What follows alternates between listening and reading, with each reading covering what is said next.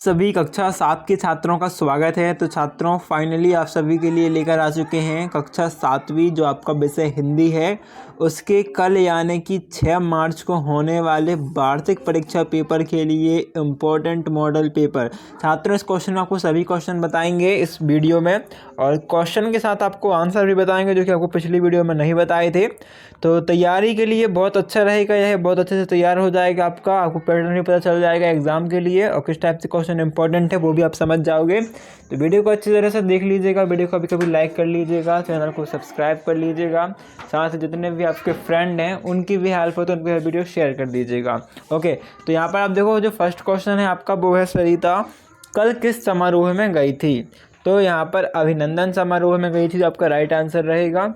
अंक शब्द का एक अर्थ संख्या है, इसका दूसरा अर्थ क्या है? तो अंक का दूसरा अर्थ है आपका गोद। इसके बाद है, सुभाष चंद्र बोस ने किस मित्र को पत्र लिखा था? तो केलकर को लिखा था। अगला क्वेश्चन है छात्रों, गंगोर नृत्य मध्य प्रदेश राज्य के किस अंचल का पारंपरिक नृत्य है? तो निमाड़ अंचल का। और आग शब्द का तत्सम रूप क्या है? मतलब कि आग को संस्कृत में क्या कहते हैं? तो अग्नि कहते हैं। आपका राइट आंसर आ जाएगा। इसके बाद आपका छठवां क्वेश्चन है कि भारत की खालिस्तान नदी प्राचीन सभ्यता का प्रतीक बनी हुई है। तो भारत की यमुना नदी आपका राइट आंसर रहेगा, प्राचीन सभ्यता का प्रतीक बनी हुई है। गेहूं की खेती के लिए कैसी मिट्टी अच्छी होती है? तो दोमट मिट्टी अच्छी होती है। फिर है, जेल में लोकमान्य तिलक अपना समय तो किताबें पढ़कर बिताते थे। क्या पढ़कर? किताब ही पढ़ेंगे ना, तो किताब पढ़कर बिताते थे। अष्टांग योग का 7वां अंग तो ध्यान हो जाएगा, है ना। और फिर घी का तत्सम रूप, तो घी का तत्सम रूप पर क्या हो जाएगा? घृत हो जाएगा।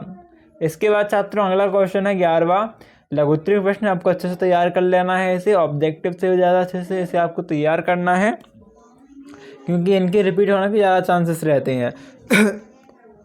तो क्वेश्चन है आपका, मध्य प्रदेश में झीलों की नगरी किसे कहते हैं? तो आपको इसका आंसर यहीं बता देते हैं, हम भोपाल को कहते हैं। किसे? मध्य प्रदेश में झीलों की नगरी भोपाल को कहा जाता है। उद्यान, निम्नलिखित शब्दों का वाक्य प्रयोग कर लिखिए। तो उद्यान, तो लिख सकते हैं हमारे घर के पास एक उद्यान है और रमेश बड़ा स्वार्थी इंसान है ना। कुछ भी एक सेंटेंस बना सकते हैं, इसमें आपका उद्यान शब्द आना चाहिए और स्वार्थी शब्द आना चाहिए, जैसे कि वह उद्यान में घूम रहा था, इस प्रकार से। फिर सदा किसकी विजय होती है? तो छात्रों किस किस की जगह आपका आ जाएगा, सदा सत्य की विजय होती है। इसके बाद है, कौन से रोग से पीड़ित व्यक्ति को भस्त्रिका प्राणायाम नहीं करना चाहिए? तो यहाँ पर आपका राइट आंसर रहेगा, हृदय रोग से पीड़ित व्यक्ति को। ओके, हृदय रोग या उच्च रक्तचाप से पीड़ित व्यक्ति को नहीं करना चाहिए। इसके बाद आपका अगला क्वेश्चन जो कि है, क्या है आपका, बेगांव में कौन सी शिल्पकला का प्रचलन है? और बाल कृष्ण शर्मा नवीन के काव्य में किसका प्रभाव दिखाई देता है? तो इसका आंसर देख लेते हैं हम। बेगांव आदिवासियों के महिलाओं के शरीर पर बने टैटू से लेकर मंडनों की घर में दीवारों पर बने भित्ति चित्रों तक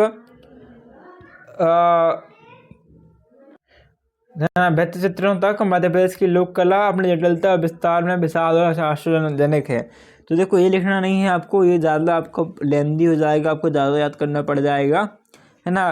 क्वेश्चन है किस चीज़ का चलन है? तो आप बस इतना याद कर लीजिए कि आदिवासी महिलाओं के शरीर पर टैटू, या फिर आप किस चीज़ में, बस एक शब्द को आप अलग करो, इतना लंबा याद मत करो। बेगांव में कौन सी की जगह आपका आ जाएगा? टैटू। ओके, टैटू शिल्पकला का प्रचलन है। फिर है, बालकृष्ण शर्मा नवीन के काव्य में किसका प्रभाव दिखाई देता है? तो यहाँ पर आपका रहेगा, देखो यहाँ पर आप टैटू और लिख दीजिएगा भित्ति चित्र। ये जो क्वेश्चन था ना, किसका प्रचलन है? तो भित्ति चित्रों का प्रचलन है, ठीक है, भित्ति चित्रों का प्रचलन है। और इसके बाद जो है, किसका प्रभाव है? तो प्रेम तथा विरह का प्रभाव है। बस एक लाइन में आपको उत्तर लिखना है, क्योंकि 2 नंबर में आपका आएगा तो छोटा ही आंसर लिखना होगा।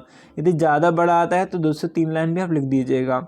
ओके, अगला क्वेश्चन देखते हैं छात्रों, आपको क्या तैयार करना है। तो आपको अगला क्वेश्चन तैयार करना है आपको कि नेहरू जी ने सुबह और शाम के समय गंगा का मनोहारी चित्रण किस प्रकार किया है। यदि आपको अच्छे से तैयार है तो बहुत अच्छी बात है, नहीं तो उसका आंसर आपको बता देते हैं अभी। और विदुर कविता में कभी क्षमा याचना क्यों कर रहा है? महाराजा अग्रसेन ने राज्य में किस परिवर्तन का चलन प्रारंभ किया? बहन की शादी में शामिल होने के लिए अपने प्रधानाध्यापक को 3 दिन की छुट्टी के लिए आवेदन पत्र। गौमुख आसन का यह नाम गौमुखासन क्यों पड़ा, और दो दो पर्यायवाची शब्द आपको लिखने हैं। तो इसका उत्तर आपको बता देते हैं, यदि आपको इसका उत्तर नहीं लिखे हैं तो। नेहरू जी वाला उत्तर इस प्रकार रहेगा कि नेहरू जी ने विभिन्न समय और मौसम पर गंगा का मनोहारी चित्रण करते हुए लिखा है कि उन्होंने सब सुबह की रोशनी में गंगा को मुस्कुराते उछलते कूदते देखा और देखा कि शाम के साये में उदास काली सी चादर ओढ़े हुए हैं, है ना। इतना आपको याद कर लेना है।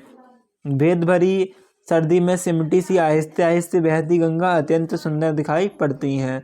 इसके बाद है अगला क्वेश्चन का उत्तर कि कवि स्वयं को मातृभूमि के लिए दोषी मानता है, इसलिए क्षमा याचना कर रहा है क्योंकि उसे अपनी मातृभूमि से लगाव है और वह अपनी मातृभूमि को सब कुछ देना चाहता है। फिर महाराजा अग्रसेन ने जो परिपाटी बनाई थी कि कोई व्यक्ति उनके अग्रहा राज्य में आकर बसता है तो प्रत्येक व्यक्ति परिवार उसे 1 ईंट और 1 रुपया देगा।